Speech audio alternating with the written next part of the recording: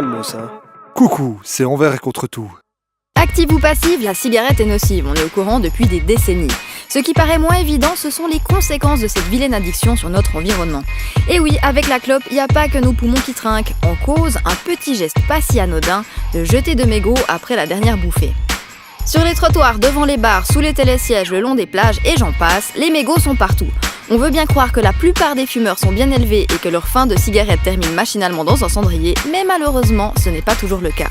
À l'échelle de la planète, ce sont 845 000 tonnes de déchets qui se retrouvent dans la nature, soit le poids de 6 000 baleines bleues. Et quand on dit nature, c'est au sens montagne, campagne et cours d'eau, car ce chiffre ne prend même pas en compte les mégots urbains, ceux qui sont généralement récoltés par les balayeuses, comme les 350 tonnes de clopes qui sont ramassées à Paris tous les ans. Le souci, les filtres de cigarettes ne sont pas biodégradables.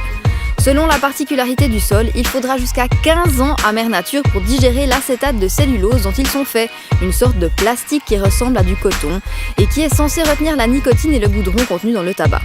Du goudron, pas seulement. On y retrouve aussi des dizaines d'autres substances toxiques non dégradables, comme du plomb, du mercure ou de l'arsenic. Les mégots sont donc des déchets dangereux, il suffit d'un seul d'entre eux pour empoisonner 1 mètre cube de neige ou rendre 2500 litres d'eau impropre à la consommation, à littéralement tuer des poissons et dans certaines conditions, à faire flamber une forêt.